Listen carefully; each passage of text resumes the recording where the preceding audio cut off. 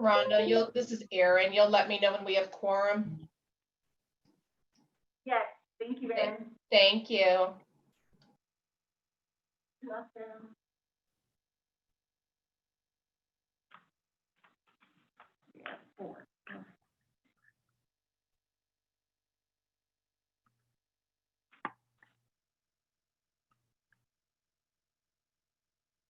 Yeah, we have 4 right now.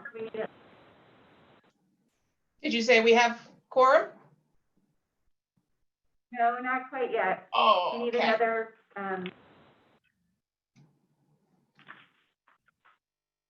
Well, and I assume Judy and I count as one because we're both, she's the alternate, right? Or do we count as each individual? Okay. Okay. It's by seat or agency, so. Okay. Thank you. Either need Dave. Gail Jackson. Gail, yes. Do we have Gail? Yeah. Yeah, you can let her. When she's in. There you go. Okay, we have quorum. Erin, you can get started. Fantastic. Then we will go ahead. I'm sure others will be joining, but we'll go ahead and get started because we do have a full agenda. So welcome everybody to the September 3rd, 2020 Mountain Line TAC meeting. First thing we'll do is call to order. And now that's it, right? Call to order. I called it. Right? I apologize. I always forget when we have to do a vote and when we don't, but I think we just do roll call next. Yes. Thank you, Madam Chair and members of the TAC. Christopher Tressler with Coconino County is expected. Let me see who, someone's trying to get in right now. Okay.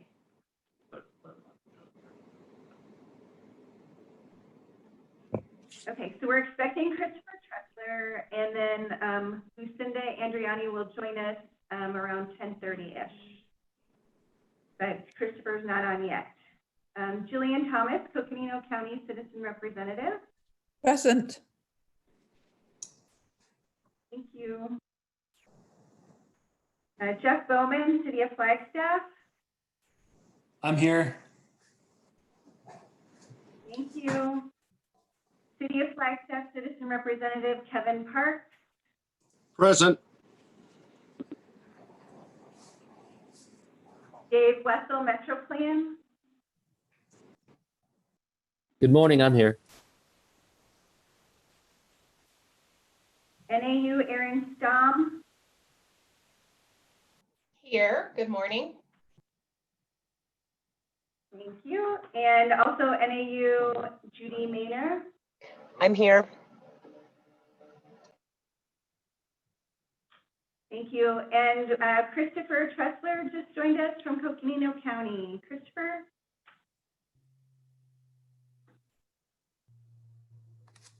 Hello. Thank you. Let's see. CCC, Steve Peru, we are expecting, though he is not on the line yet, filling in for Kurt Stahl today. And we are also expecting at least one of the ASNAU students, Clarice Green, and possibly Antonio Gilbert, but they will be on around 10:30 to 11. So, and then our Economic Development Representative, Gail Jackson. Good morning. Good morning. And we have completed our roll call, Madam Chair. Okay. For the safety minute, we've got Sam, I believe, today. Thank you, Madam Chair, members of the committee. September Safety Minute is regarding the benefits of getting a flu vaccination during the COVID-19 pandemic. It's likely that flu viruses and the virus that causes COVID-19 will both spread this fall and winter. Healthcare systems could be overwhelmed treating both patients with flu and patients with COVID-19. This means getting a flu vaccine during the fall and winter of 2020 and 2021 is more important than ever. While getting a flu vaccine will not protect you against COVID-19, there are many important benefits. The Centers for Disease Control and Prevention have advised that flu vaccines have been shown to reduce the risk of flu illness, hospitalization, and death. A 2017 study was the first of its kind to show that flu vaccination can significantly reduce a child's risk of dying from the flu. The flu vaccine has been shown to reduce the risk of having to go to the doctor with the flu by 40 to 60%. Vaccinating a woman who is pregnant has been shown to help protect the baby from flu infection for several months after birth before the baby can be vaccinated. Getting a flu vaccine can also save healthcare resources for the care of patients with COVID-19. For example, it is estimated during the 2018-2019 season, flu vaccinations prevented an estimated 4.4 million influenza illnesses, 2.3 million influenza-associated medical visits, 58,000 influenza-associated hospitalizations, and 3,500 influenza-associated deaths. These are just a few of the many benefits of getting a flu vaccination this fall. Welcome to the September TAC meeting. Thank you, Sam. Next item is a review and approval of the TAC minutes from August 6th. Yeah, it's September already. Give folks a minute if they have not yet had a chance to review the minutes, and if they have any questions or comments.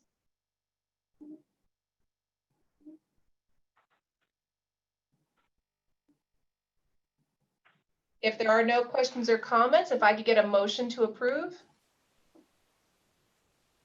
This is Dave Wessel, so moved. Thank you, Dave. Can I have a second? I will second, Gillian. Thank you, Jillian. All those in favor, please signal by saying aye. Aye. Aye. Aye. Any opposed? Hearing none, minutes are so approved.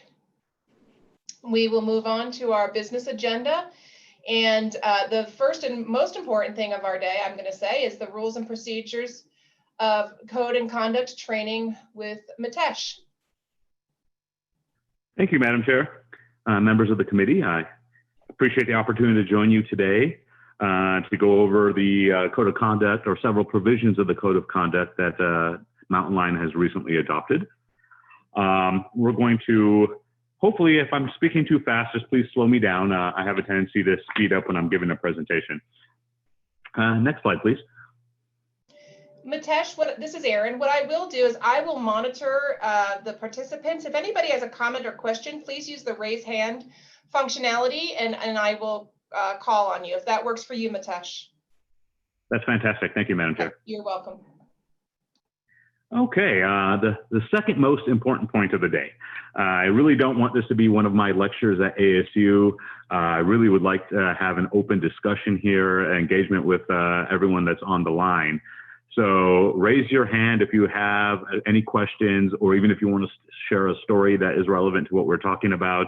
I think we all will get more out of this discussion if we are having a honest and open back and forth rather than you listening to my lecturing voice.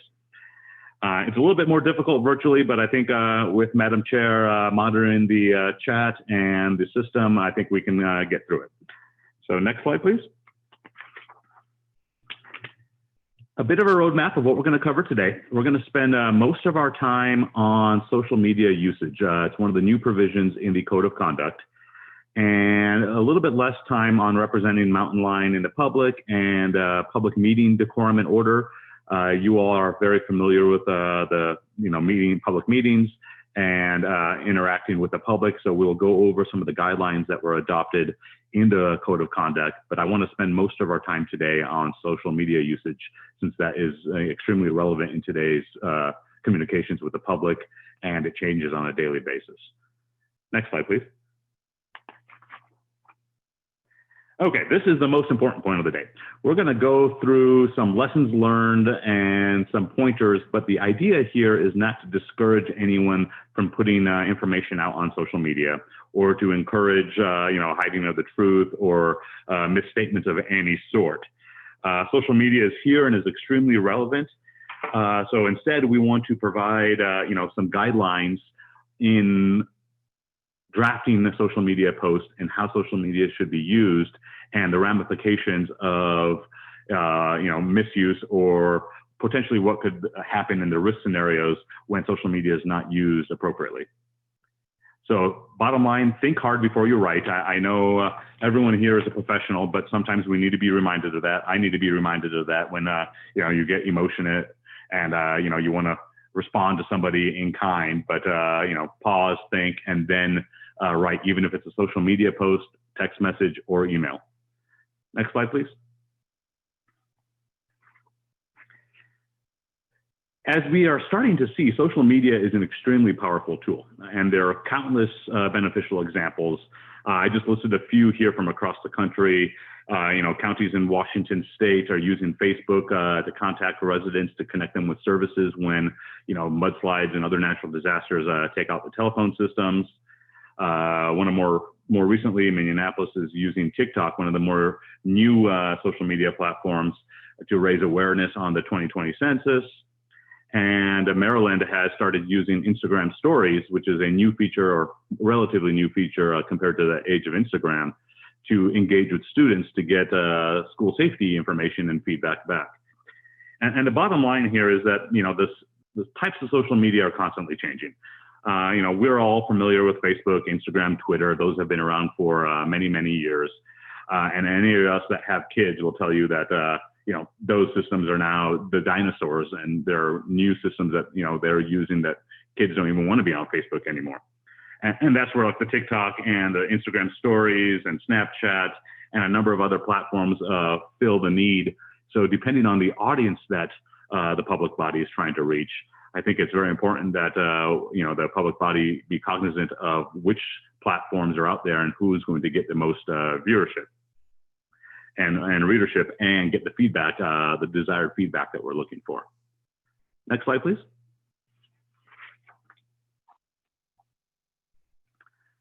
So why social media?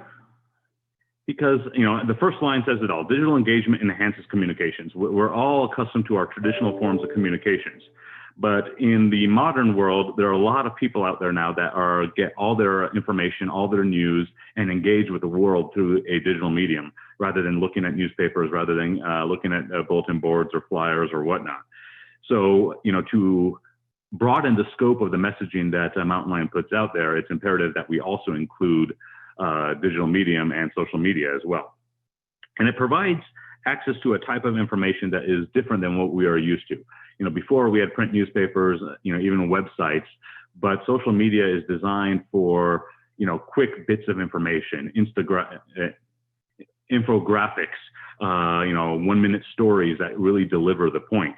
And I think it enhances any public body's messaging to be comprehensive, use traditional media, use websites, and then also use social media to reach the widest audience.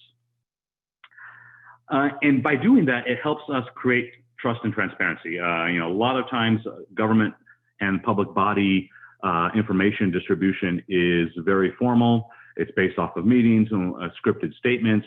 And a lot of times there's not as much trust from the public in formalized statements, rather than being able to react and see what the public body is doing almost instantaneously.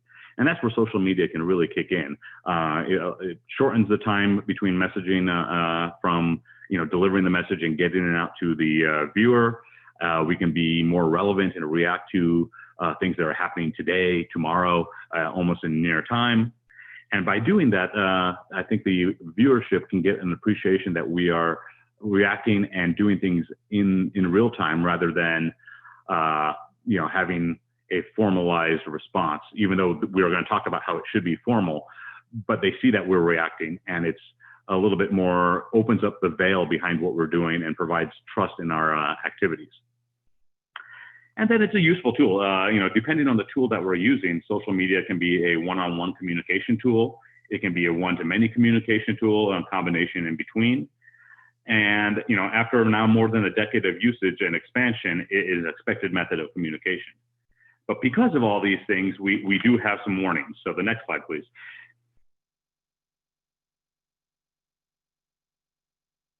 Keep in mind that your audience is always wider than you may perceive, especially on those one-on-one communications, one-on-a-few communications, whichever platform that we're using. Social media is a digital platform, so that data, those bits can always be saved. So when you are writing a social media post, always think that you have a broader audience than your intended market.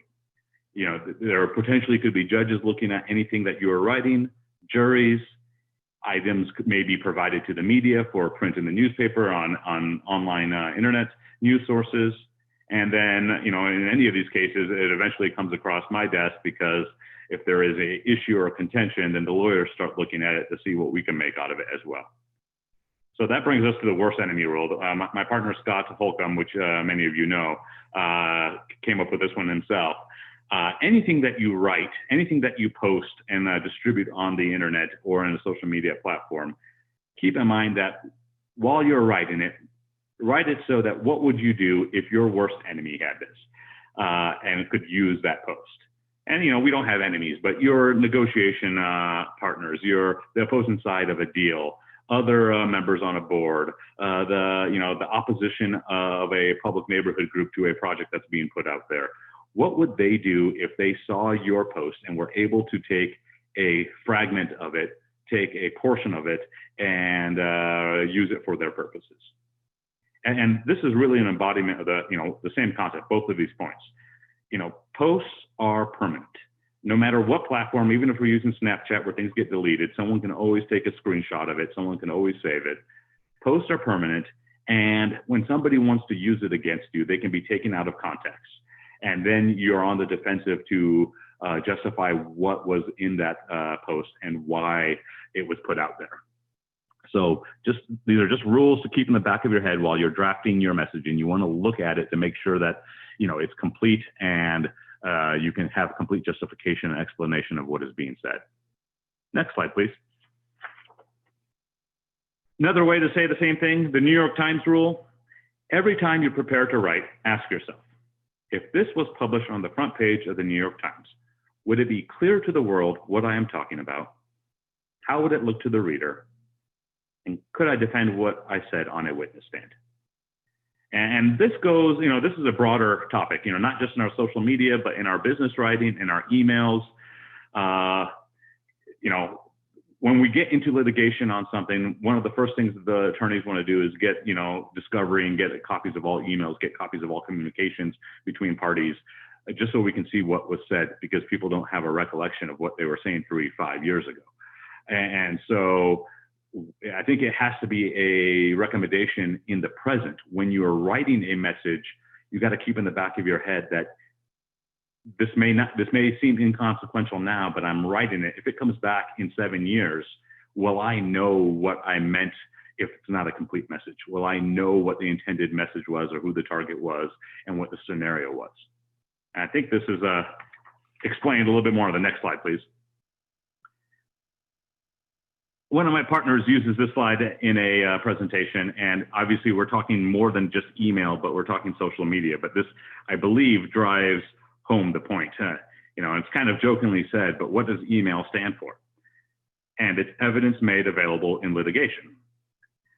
We got to remember that all digital communications, no matter the platform, is just comprised of bits in the cloud, which means that those bits are sitting on a server someplace outside of the control of your organization, because it's a communication between one to one or one to more parties. So it has to leave Mountain Lions or your home organization servers, go to some other servers, and then get distributed from there. So no matter, even if you deleted it, our local systems had a purge, that data is always going to be out there in some form or another. We have to assume that somebody is storing that data, saving that data, and that once we least expect it, that data, that email, that post is going to be able to be retrieved and used by somebody. That there is no surefire way to say anything that we've put in a digital medium can be deleted and is gone forever. Next slide, please. And this is a lesson learned. This is from a deposition of Bill Gates during a antitrust lawsuit.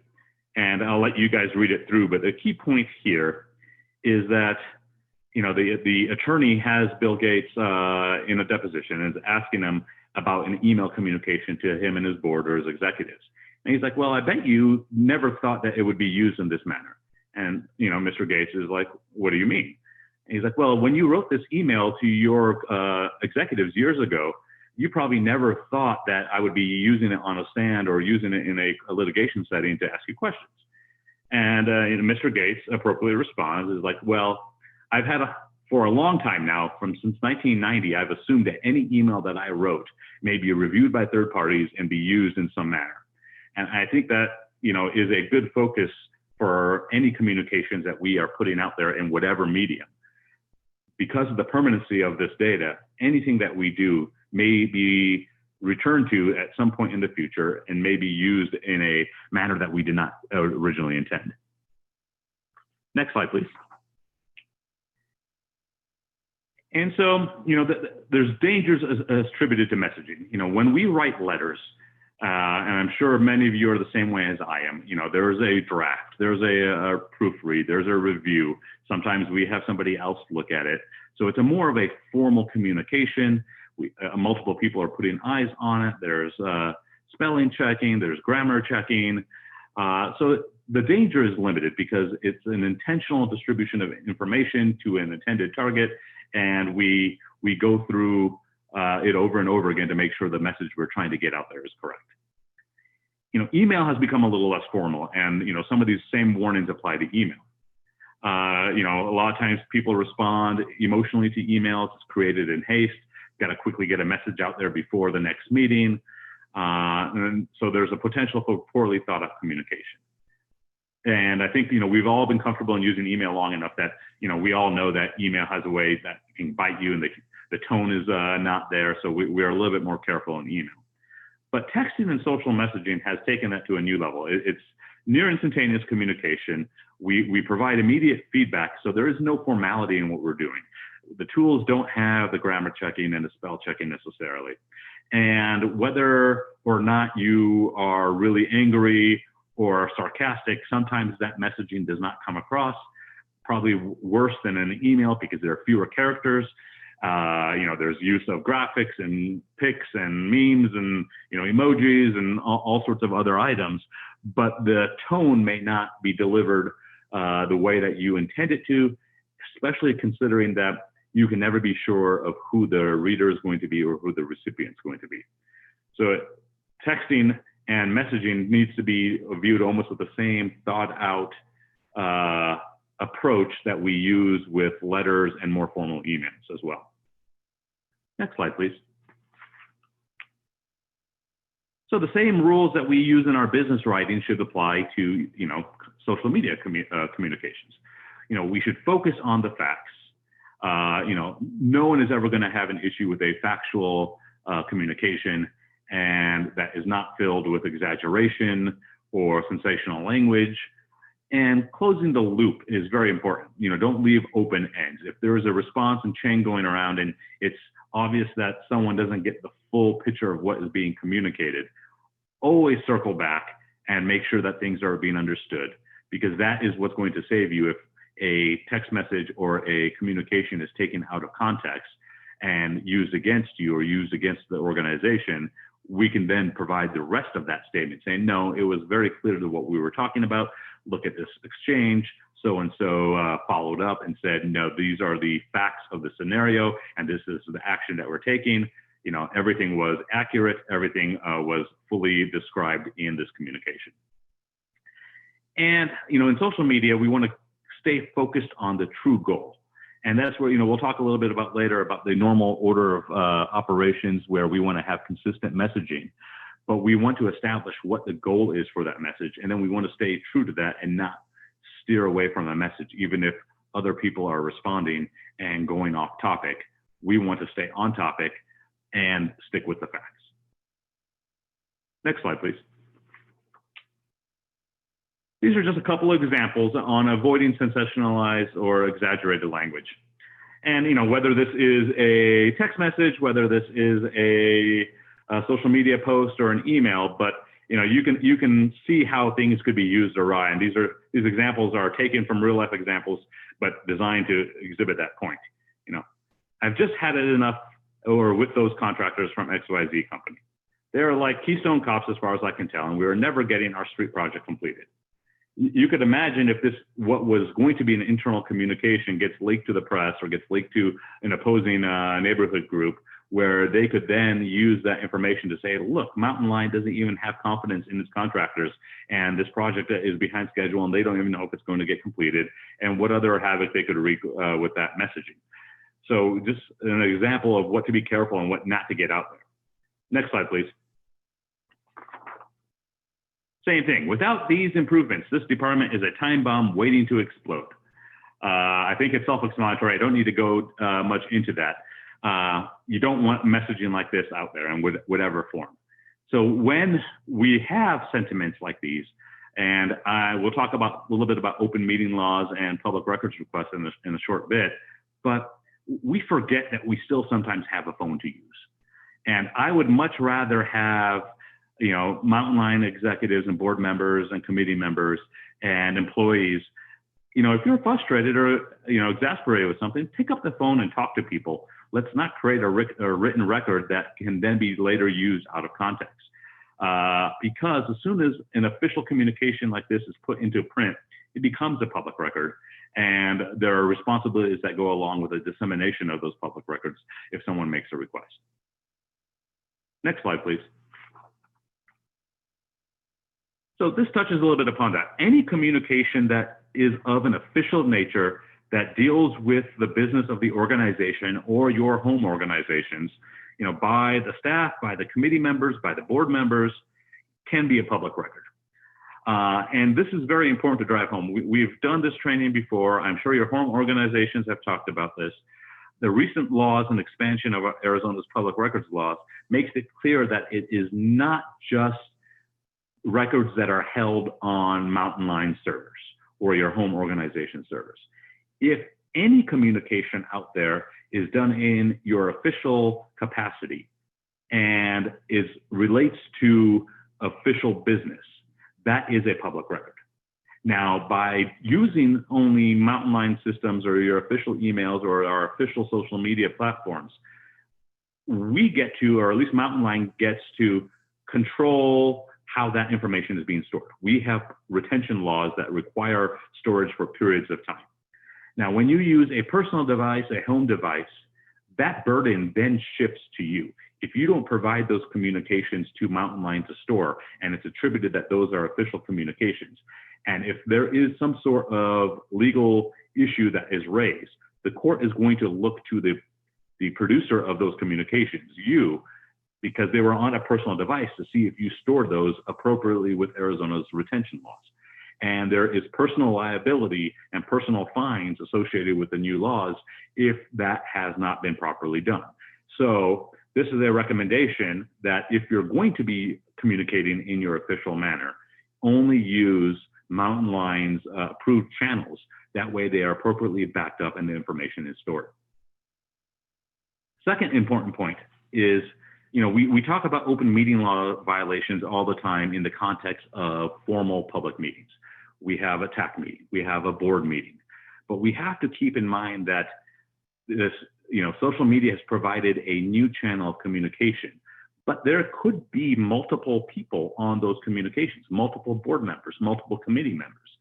And the changes to the open meeting laws have now taken into account what we call daisy chain communication, spoken wheel communication, that if you have a post and, let's just use Facebook, or Instagram messaging, and there is a targeted audience of 50 people, and you're thinking, well, this is going out to everyone, but 4 out of 7 committee members or 4 out of 7 board members decide to comment on that post, and there is a back and forth. Now we have just violated open meeting laws because there's a quorum of people communicating together about something that may be official that wasn't properly agendized or noticed.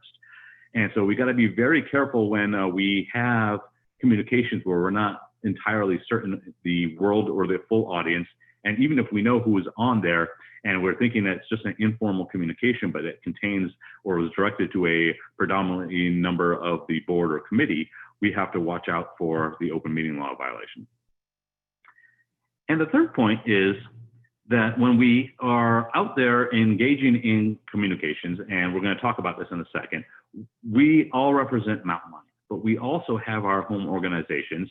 And so we got to make sure that the messaging that we're putting out there doesn't confuse or undercut Mountain Line's official messaging. You're all members of the board, and you're all communicating as members of the board as well when you're out there, unless you make it expressly clear that it's a personal communication. Next slide, please. So now back to our code of conduct. Article 2 of the code of conduct discusses our social media policy. And these are just a few main points. Mountain Line wholeheartedly supports the use of social media to engage with the community. It is a required form of engagement.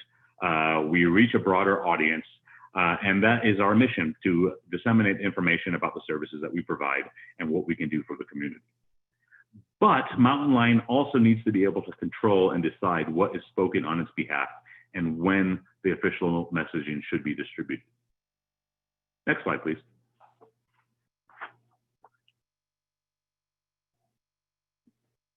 So, as we started at the beginning, the goal is not to stop you from communication. You have organizations that you represent as well. You have personal, platforms that you like to communicate on. But we recommend and require that you delineate between personal views and the views of Mountain Line. I think that will both save, Mountain Line and you a lot of heartache in the end. You want to avoid implying that personal views are the official views, whether it's support or lack of support for a certain project, or how a certain meeting went, or how a certain vote went, and wholeheartedly, if you want to share your personal views on your personal platforms out there, it can be saved with a posting or some sort of comment that means and represents that those opinions are your own and they're not the official viewpoint or representation of Mountain Line. Next slide, please. We talked a little bit about this because if it's an official post, it does need to be preserved under Arizona's public record laws. And important corollary with that is when it's an official post or it can be ascribed as an official post, we have a duty not to block individuals or critics of our opinion because they want to express a different point of view.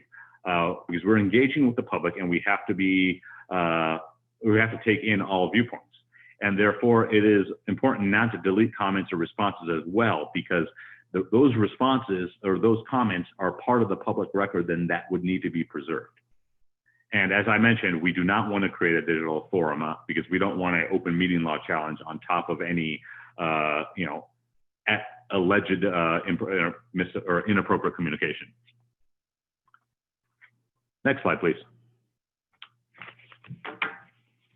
So finishing up with our social media section, as a corollary, we want to be respectful of public meetings, especially now when we are all remote and we're not in one room or not in a conference room.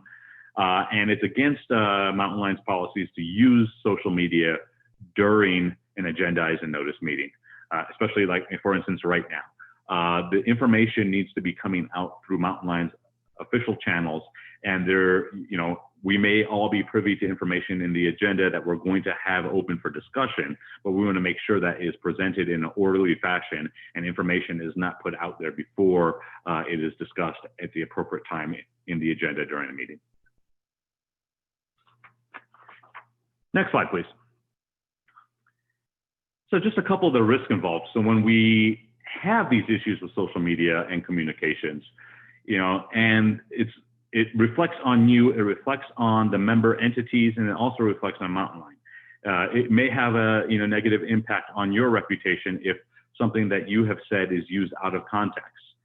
And once we get into a he said, she said, or what I really meant type of scenario, it detracts from the effectiveness of the communication platform and the effectiveness of you as an individual speaker on behalf of Mountain Line to be effective.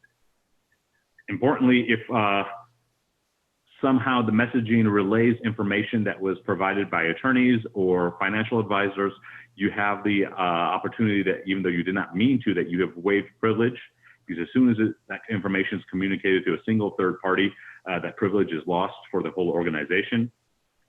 And we're creating a track record. Once again, it cannot be underscored important enough. These bits that form all these communications will be there in some form, someplace. And it just requires someone to know how to get it.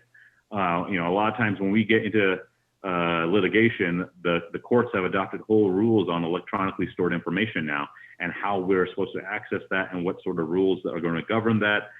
We send out information requests to Google, to internet providers, and now it's going to be to social media platforms to access their records from posts between people that were between this time period. So even though it's not on your device anymore, it's not on the device of the recipient, if an issue does arise, there are ways to go to the host servers to get that information. Mitesh, we do And have we a don't want question. any. Absolutely. We have a question from Dave Wessel. Yes, great presentation. And on the previous slide, you talked about the use of social media during meetings, and that is not supported function in a meeting like this, where we have virtually every video conferencing tool has a chat function. And because my dogs are barking, I'll take the answer. I'll mute myself and take the answer. Sure, David, and thank you for the feedback on the presentation.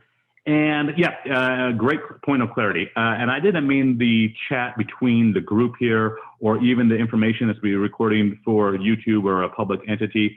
I was really focused on is that as a member, I'm the attorney, you guys are committee members, no one should be talking about the meeting on their private forms platforms. So, don't be Instagramming or Facebooking about the meeting while it's happening.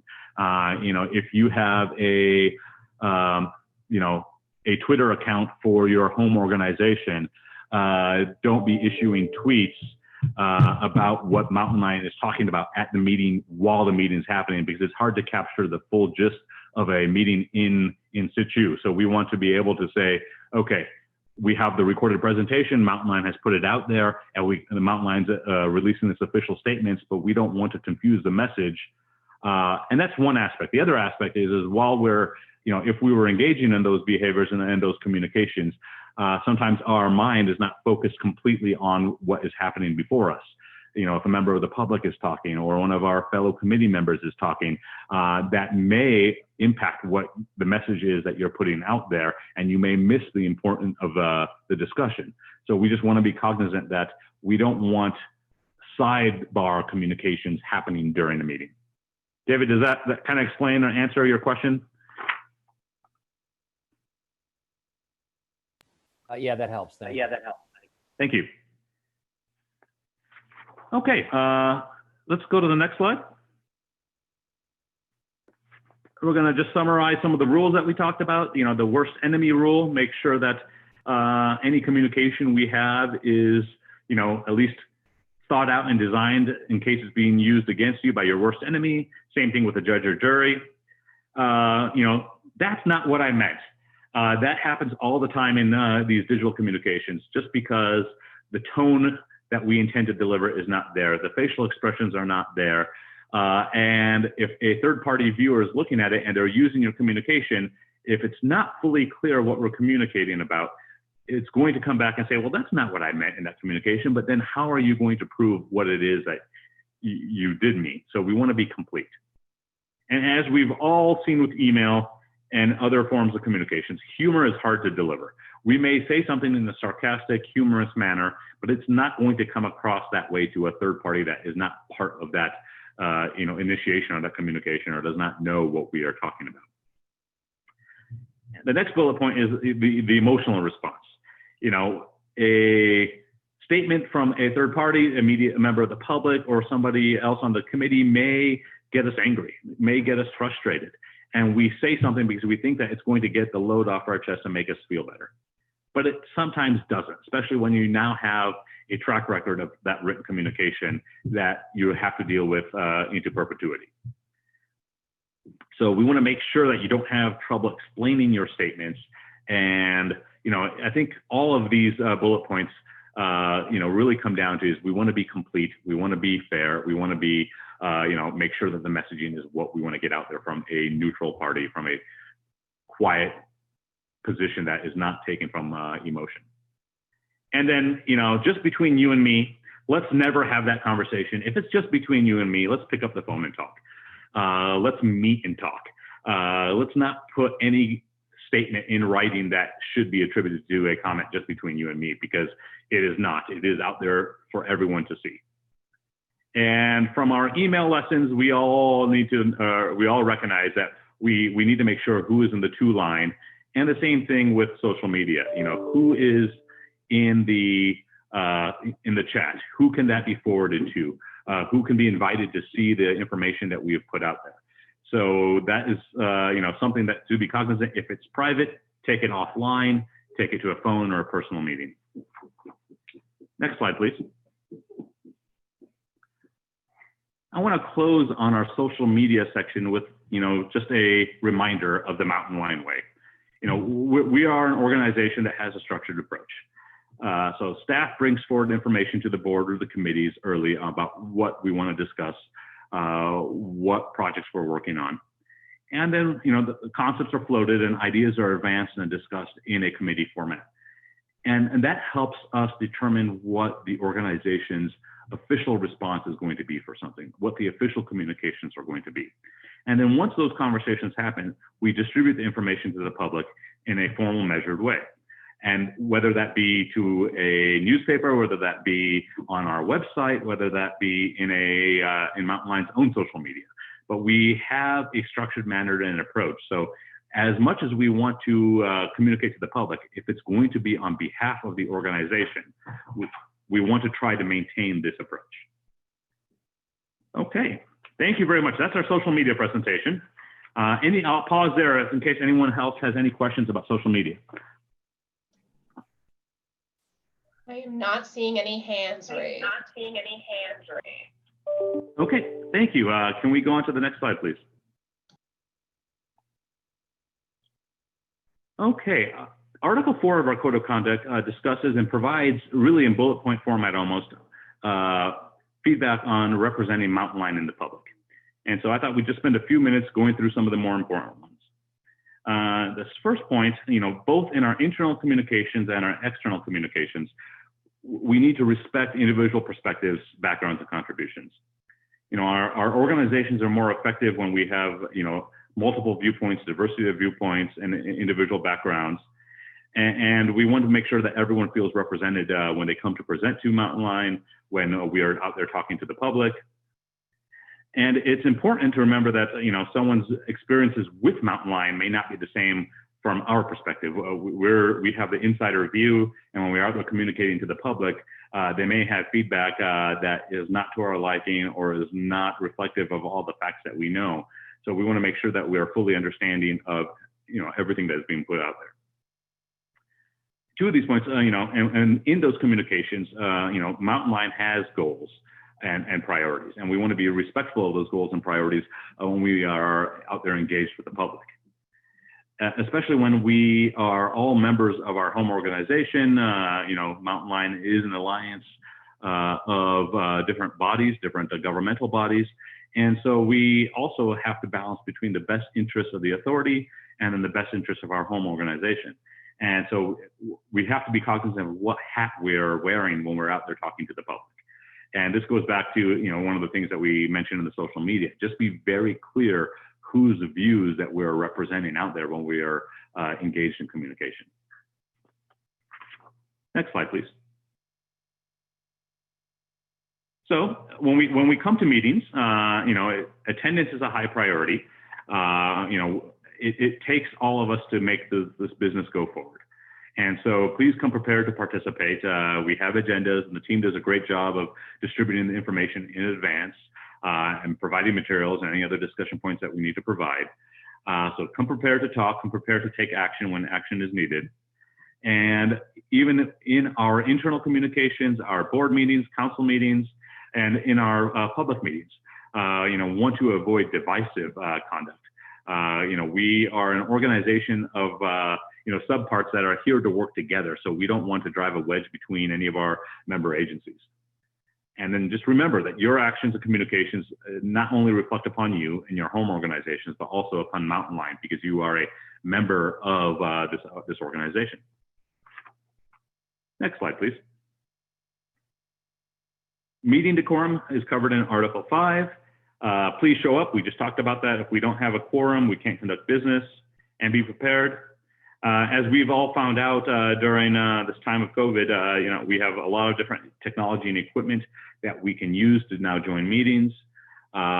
Just as a reminder, we need to have equipment that is clear and that lets everyone hear what is being said. When we have executive sessions, we need to make sure that it's a private communication line where others cannot hear what is being said.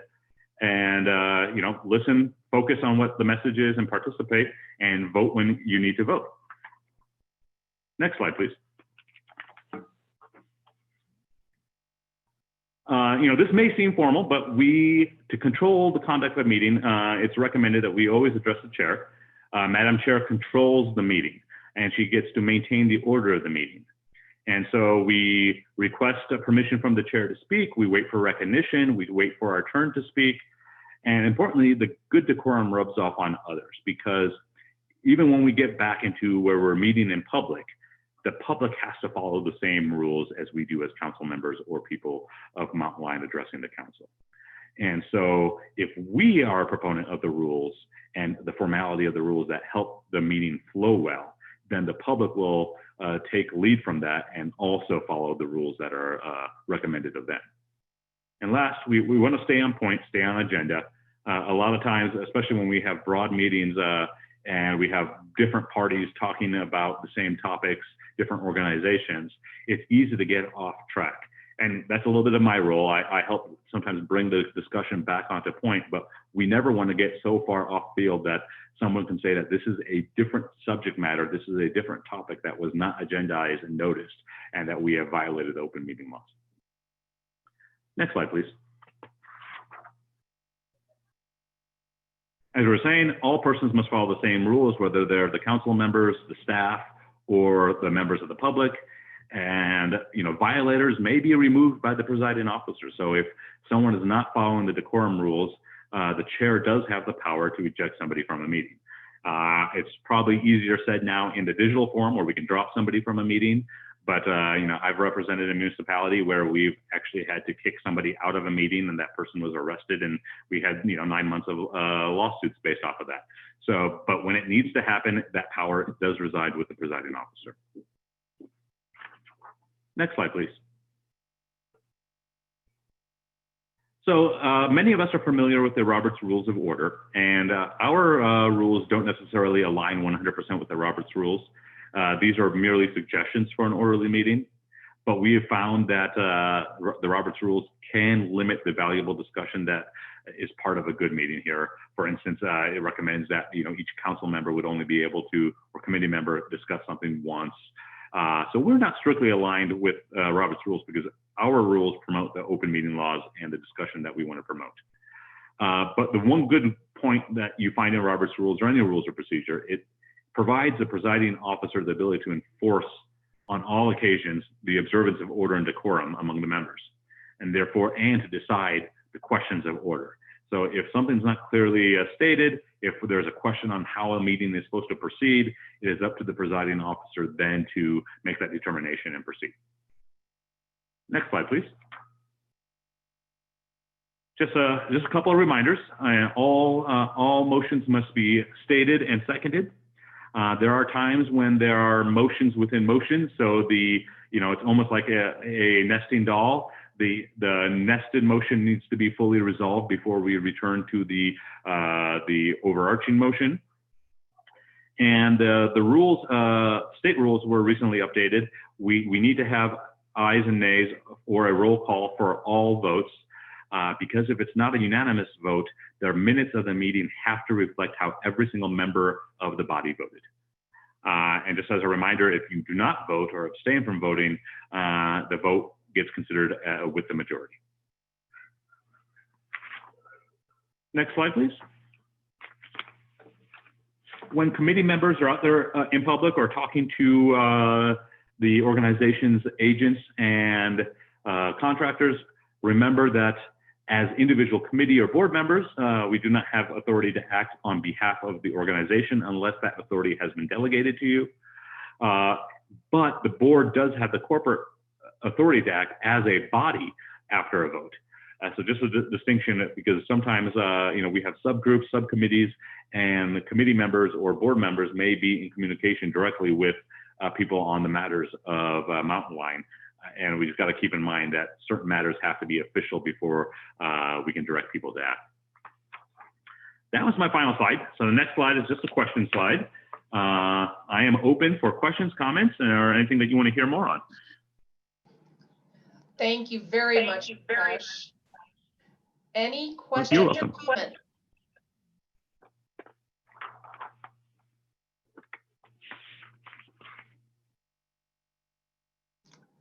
I am not seeing any, so thank you again. Yeah, that was wonderful. Thank you.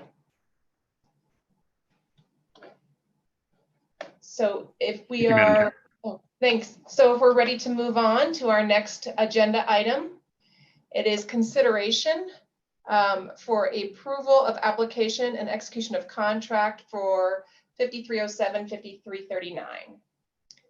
And who's that? Estella. Thank you, Madam Chair, members of the TAC. My name is Estella Hollander, Mobility Planner with Mountain Line. So this item was presented last month, very similar. However, there has been one change from last month to when the application was submitted. Therefore, we're asking the board to direct staff to continue with applications submitted to ADOT and as well as to execute the contract award if awarded.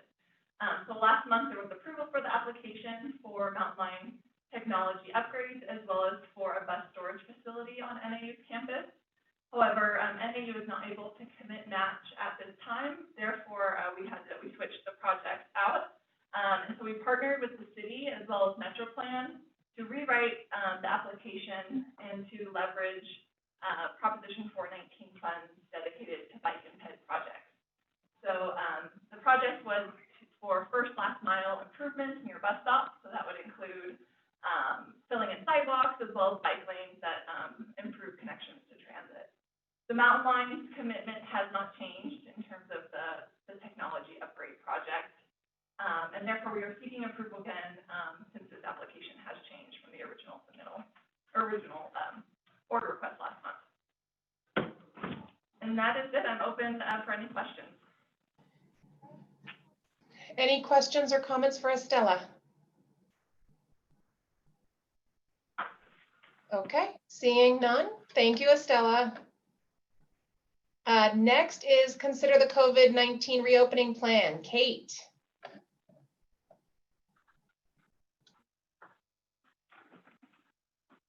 Thank you, Madam Chair, members of the TAC. This is an item we did bring forward last month, but didn't take formal action on. And when we got to the board, they did want to take formal action on the reopening plan. So we were back this month to consider that. So let me move to the slide forward. I'll quickly go over the different phases of the plan and take any questions and feedback you might have for the board. So phase 1 is our highest level of restriction that we entered into. We started that back in March, actually, when we reduced service levels, stopped taking fare because of the extra contact points related with collecting fare, instituted work from home for office staff, and implemented a variety of other safety and security measures such as temperature checks and masks. We then moved into phase 2 when NAU went back to school, and so we actually returned to mostly full service on August 9th or August 10th. And the idea there was that students were beginning to return to campus, even though in-person classes were not occurring. And that went really well. Our idea was we wanted to put more buses out on the street, so that way the capacity on the buses didn't become more crowded, that people still had the opportunity to attempt to social distance on a bus. The next phase, so we're currently in that phase. The next phase would be phase 3, and the trigger for this is data-driven, and it's in coordination with the city triggers to enter their phase 3, which are downward trends in number of cases, hospitalizations, and I think the testing, how many positive tests they're having overall. The city actually entered into this phase last month, and we therefore are working on items to go to this phase, but we'll wait to implement until we do have approval from the board. The major change that happens here is the reinstatement of fare collection. And because with that, there are a variety of things that need to happen. One, we need to have front door boarding on the buses, which we haven't been doing. So there's some closer contact with operators, and we're trying to get some barriers installed before we have people enter through the front door. Also, with fare collection, we really feel like we need to open up the lobby so that people can buy passes and do the things that they need to do related to fare collection. So that's another big component of what would change at this phase. So we're working on all those items now, but we won't take any action to implement until we do have approval from the board on that phase 3 trigger, even though the city has already entered that phase. Phase 4 is also in coordination with the city, and it's really what they're calling the end of the pandemic, and it's upon the mayor's declaration. And so when that happens, Mountain Line would return to normal operations across the system. So we do believe that there are new procedures in place that we really like, that we will always maintain in terms of cleaning of buses and other items. One of the differences between 3 and 4 is while in phase 3, we've reopened the lobby, we're still encouraging most staff to work from home. Once 4 were to come into play, we would have staff work from home under normal policy conditions and not, be encouraging staff to not be coming to the office. So those are the major phases of the plan, and with that, I'm happy to take any questions. Kate, this is Erin. I do have a question. I'm just, and it's sort of related to the plan. So I know for campus service, we have seen an increase just since Monday, now that there's more in-person classes. I am curious if you saw the same increase on the Route 10 and how that is impacting. So I know you said you put more buses on, even though there wasn't necessarily a lot of ridership to provide the spacing for folks. How is it looking this week so far? Are you seeing an increase? Is there still enough, some physical distance on the buses? Great question, Madam Chair. So this summer, we ran weekend service all summer, and on weekdays, we're providing approximately 2,500 trips per day in the month of July. And it was a little less than that earlier. We kind of increased each month.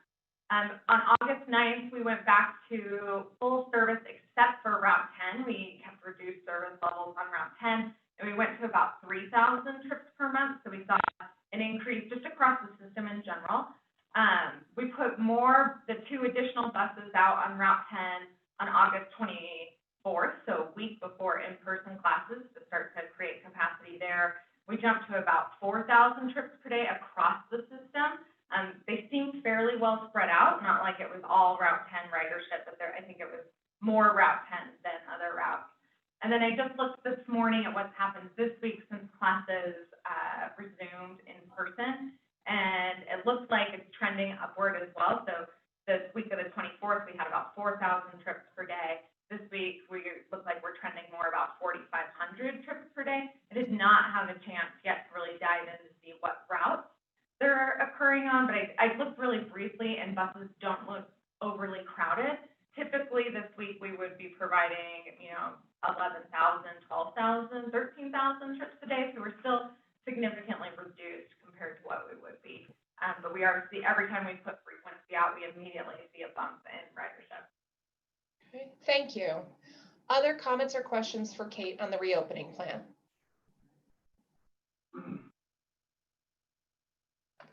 And I'm trying to go slow because I'm from New York, people, so I could run this meeting in 5 minutes or less. Okay, that is seeing no other comments or questions. That was attempted humor. We'll move on. The next item on our agenda is consider an update to the financial management policy. Heather. Good morning, Madam Chair, members of the Transit Advisory Committee. So the financial management policy item is something we promised the board to bring back and follow up on.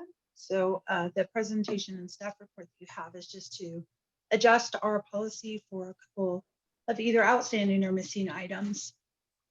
The very first section that we looked at modifying is section 9, which is talking about accounting, auditing, and our financial reporting standards. And we have added bullet number 2, which you'll see on the screen, to incorporate internal controls. So it's an appendix to the financial management policy. It references, next slide, please. It is built upon the standards of internal control in the federal government. This was a suggestion from our auditors during the fiscal year 19 audit process. It was advised that although we have these set in procedure, that we should actually formalize them in policies. And so we're taking this opportunity to put into our financial management policy those internal controls that staff are already using. We really use our internal controls to demonstrate the necessary separation of duties or checks and balances for all of our financial processes, and then to demonstrate those controls in all financial matters. Next slide. This table is the elements that we've really evaluated and used in developing our internal controls.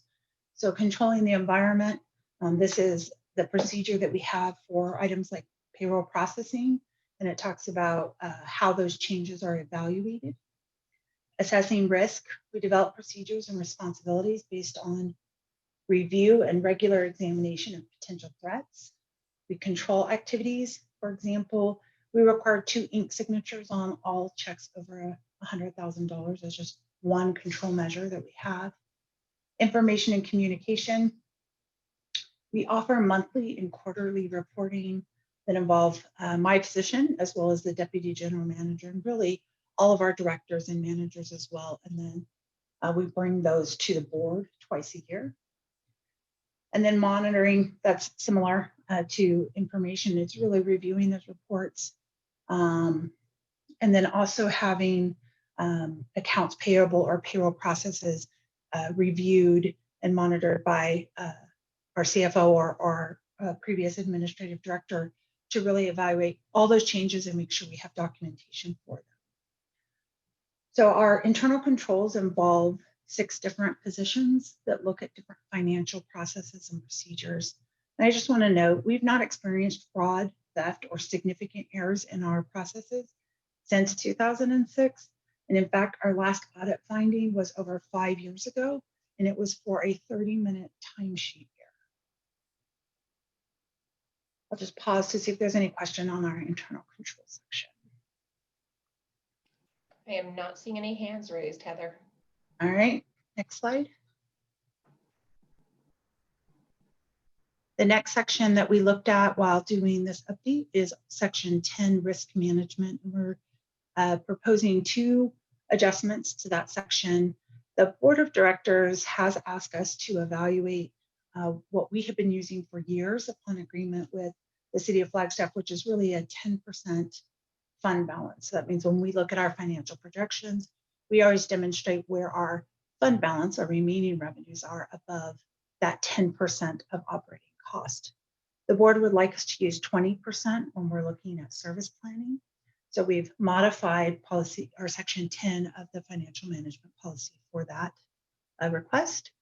And then additionally, we were asked to adopt or develop a recession plan. And since the real bulk of our projectable revenues come out of the city of Flagstaff, we are proposing that we incorporate the city of Flagstaff recession plan into our policy. Next slide.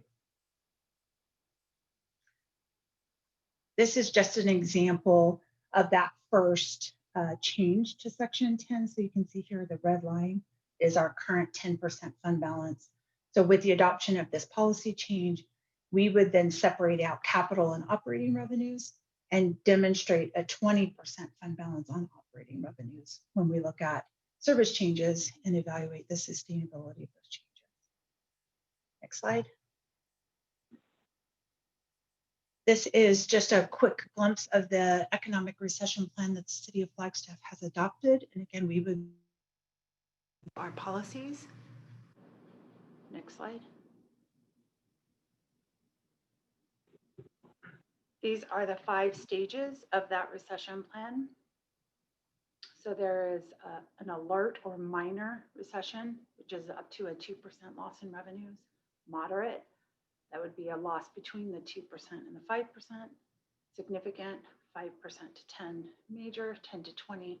And anything over 20% would be considered a crisis. I wanted to demonstrate what each of those percentages mean to our revenue and how they might impact us. So I quickly put together a table, which is not in the presentation. But if you'll bear with me, a minor. Sorry, I just got a message. You're having a hard time hearing me. 1 second.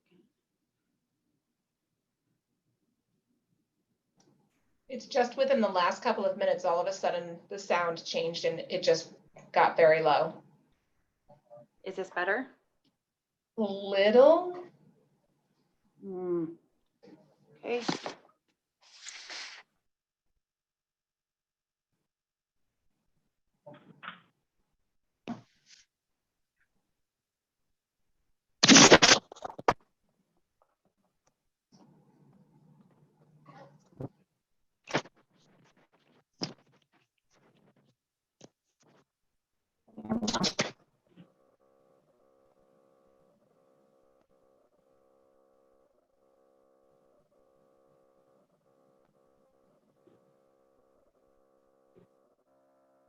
Are you still there, Heather?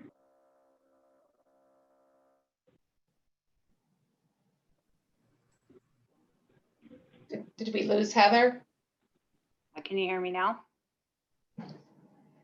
So I can hear you, but I've been accused of having Vulcan hearing. So for whoever, if anybody can't hear her, can they raise their hand so I know? Heather, why don't you continue on and I'll keep my eyes out for hands if somebody can't hear you. All right. I've tried to pull my computer closer so that the mic is a little grabbing my voice better. I apologize. I don't know what happened to the headset. So I did take these 5 stages of recession and plug them against our annual revenue. And I used the average of 2018, 2019, and 2020. We generally get about $6 million in transit tax revenue, which we would then evaluate to determine when we need to enact any recessionary measures. So 2% would be a drop of $120,000, and a 20% drop would be $1.2 million. And the recession plan calls for various measures from reducing optional spending while maintaining services all the way up to elimination of services. Adoption of the recession plan does call out that minor and moderate changes would be authorized by the CEO as administrative changes, and that anything significant or above would come to the board for additional action. And then as we step out of those recessionary measures, it would again repeat those same authority levels. So adoption of this plan just gives us a guide in case we start to see recession in our revenues. And again, we thought it was most appropriate to adopt what the City of Flagstaff is using, because we're really talking about the city transit tax as the bulk of our reliable or reoccurring revenue. And with that, that's everything I have on the financial management policy and the changes that we are proposing. Again, I'd be happy to answer any questions. Any questions for Heather? And not seeing any hands. Thank you very much, Heather. Thank you. Our next topic is Human Trafficking Awareness Partnership with apparently a group presentation, Estella, Sam, and Jackie. Perfect. Thank you, Madam Chair, members of the TAC. This is Estella Hollander again, and Sam Short and I will be providing an update on the Human Trafficking Awareness Partnership project. So this project initiated from grant funding that we received from the FTA, from the Innovation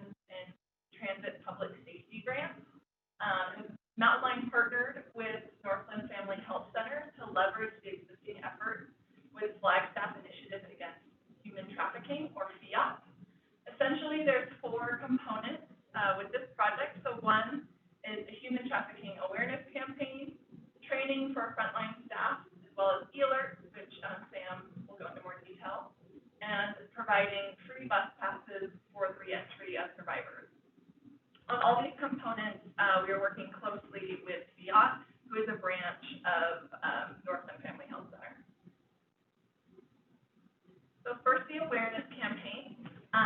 This part of the project is basically to create awareness on identifying suspicious behavior of human trafficking and how to report. So marketing materials will go on the outside and the inside of mountain line buses, as well as social media posts. We'll also be updating FIAT's trifold brochure, which is distributed throughout the community. The 2 images on this slide are just examples of kind of what the human trafficking awareness campaign will look like. These are still drafts and are still being worked on, but the ads will incorporate several red flag indicators. Again, just bringing awareness kind of on what kind of suspicious behavior can look like for human trafficking. Okay, and next, Sam Short will provide an update on training and e-alerts.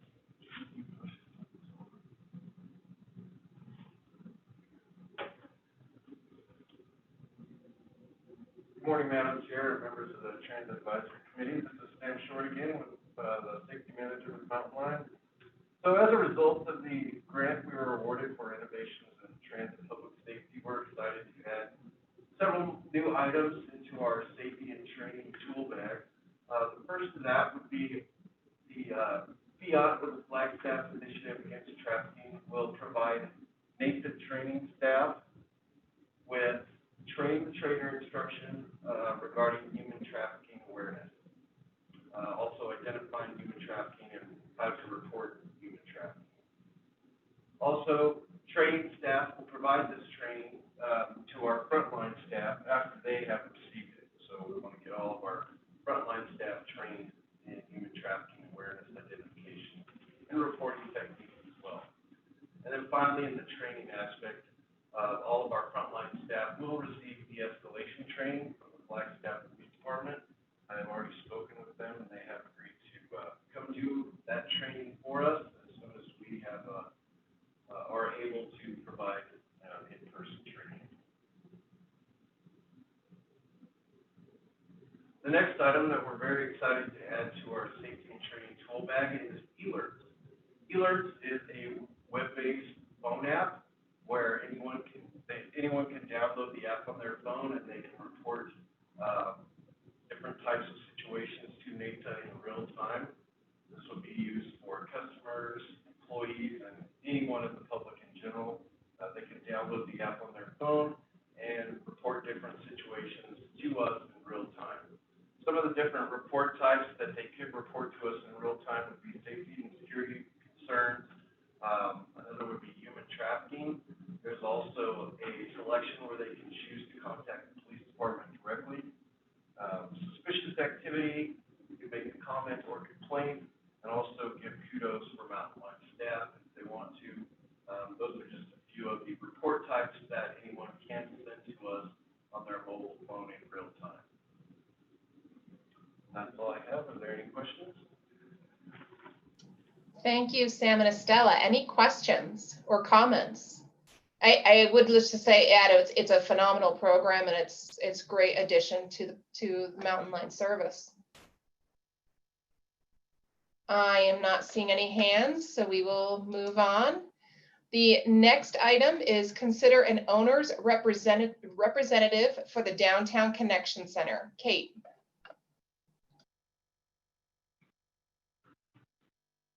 Thank you, Madam Chair. This is a report where we're looking for direction. We don't have any recommendation at this time. Staff are working hard at kicking off the design of the Downtown Connection Center, and through that process are really seeing some areas where hiring what's called an owner's rep could benefit the project.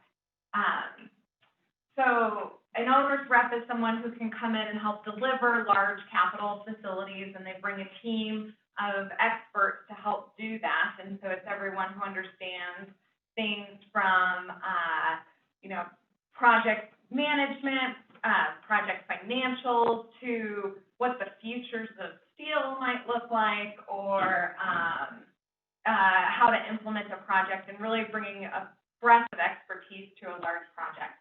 And so reasons that Mountain Line is considering this and feel like it might be useful are up on the screen at a high level. But one, augment staff capacity. So as all of you are aware, we have a fairly small planning team here and only one capital projects manager. We have quite a few projects going on at this time. And so it could just bring some resources to the division to help us provide the oversight that a project of this scale really needs. Two, a firm could bring some financial planning and partnership experience. As we know, we are looking at a variety of partnerships through the Downtown Connection Center, all relatively small scale, but there are still partnerships to be negotiated and worked out. And having someone with expertise in that could really help bring benefit to Mountain Line. Additionally, in the establishment of partnerships, there are rules that need to be followed per the FTA guidelines for the grant. And so someone could help provide additional oversight as we're negotiating those partnerships as well. An owner's rep could bring oversight of planning and design. So really just bringing that technical expertise to the design set and plan sets that are being brought forward by the architects and engineers. Looking at everything from the layout of a site and what may function well or not function well from a technical experience that we're not thinking of at Mountain Line beyond operations, to, what type of HVAC system might go into a building and why that might matter, and, where Mountain Line doesn't have that expertise to provide a double check to the consultants that we've hired. During the construction phase, an owner's rep could also be on site doing the quality control checks and really working with the contractors to make sure everything is being done per specification. And then finally, they could help with any project closeout items related to records retention, finalizing checklists to make sure that everything is complete per standards, closing out contracts, et cetera. So these are all some benefits that we feel an owner's rep could bring to the project. We anticipate doing this would cost about 2 to 3% of the construction cost. We would pay for that through the Downtown Connection Center, and that's the Downtown Connection Center grant, and that's an 80-20 split. The goal would be that, so obviously by doing that, we would reduce then the funds available for the construction because we've hired someone.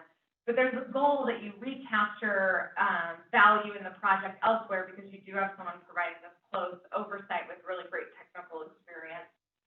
We'd hope to also deliver a better project for the same price because we have someone who really could negotiate and knew how to, manage procurement or knew what the right pricing of things should be and really provide that double check for us. And then ultimately just protect our reputation by making sure that the Downtown Connection Center gets built really well and with good financial management behind it. So those are the goals of doing this. And staff are currently working on drafting a scope of work for an owner's rep, but we are interested in hearing from TAC and board their thoughts as well. So with that, I'll open it up to any questions. Thanks, Kate. It's more of a suggestion. I think what would really help in making a decision or giving some advice is if I assume there are companies or consultants that do this work, sharing real life examples of the actual financial savings on a project that then kind of pays for that cost. It might help to, use real life examples of, while we use 2 to 3% to invest in this person, that also allowed us to save or make better decisions that resulted in a savings of X dollar. So just as a thought that might help to exemplify the point. I have a hand for Gail Jackson. Gail. Hi, thank you, Madam Chair. Kate, I have a question about whether you're looking like the difference between a project manager and an owner's rep. Are they going to be securing the construction company and the architects, or I guess I have a question about the clarity of what this position is going to be doing, because I think those two roles, an owner's rep and a project manager, are very different. Yes, so that's a good question. Thank you for that. So the owner's rep would be more of an advisor to us in those things. They would not have authority to enter into any contracts on behalf of Mountain Line or those items that we're talking about, securing a contractor, et cetera. We would still have an internal project manager, so we do need that level of oversight as well. The idea would be that this firm would provide oversight of the architect, engineer, contractor, and then our internal staff project manager could be providing more oversight of the owner's rep and obviously, signing things on recommendations of the owner's rep, et cetera. But ultimately really focused on overseeing the owner's rep and then the owner's rep over providing the recommendations about the other contractors. Because I do anticipate we will have quite a few procurements under this. And so that does become a lot to manage again for the small planning team when there are, multiple contracts occurring. So I actually see us having both, I guess, the long answer, where there's an owner's rep who's really providing a firm with experts who are providing the recommendations to Mountain Line, but ultimately there's still a project manager who is responsible for the project. Does that answer the question? Yes, thank you. Other questions or comments for Kate?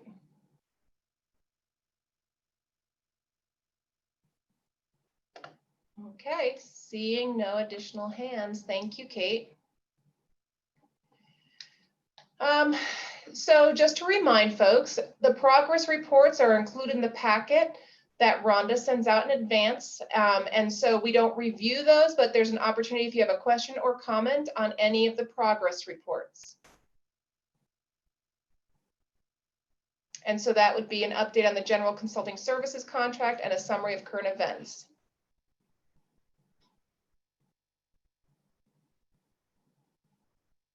Just giving people a minute in case they hadn't had a chance to review. Oh, Heather's got her hand up. Hi, Heather. Hi, sorry, I wanted to confirm there was no summary of current events attached to the TAC packet, but I'd be happy to speak to a couple of items if there are no questions on the general consulting services contract progress report. Yep, go ahead, Heather. All right, so just a quick couple updates on current events. We're working with the city of Flagstaff, and they will be releasing a request for statement of qualifications next week to identify an artist that will incorporate art into our downtown connection center. We have been and continue to try and recruit a writer that can participate in that selection panel of that artist. So if you know someone that you'd like to send our way, we are still looking for someone to participate in that panel to select the artist. We did just finish closing out fiscal year 2020 and are in the process of sending year-end statements to all of our partner agencies. The actual financial audit is scheduled to take place in about 2 weeks. This is the earliest we have had the financial audit completed, and we're still working on how that's going to look under our COVID conditions. We may do a lot of via electronic, and they may not do a site visit this year. That's still being discussed. We are in the process of doing several community presentations that coming up on the 9th. We will be presenting to Acona on both our downtown connection center as well as the bus rapid transit project. And then I think it was mentioned earlier, we did go back to full service, including Route 10 on August 24th, and ridership has increased. And that's my very brief current events. Thank you, Heather. Sure. Any comments, questions?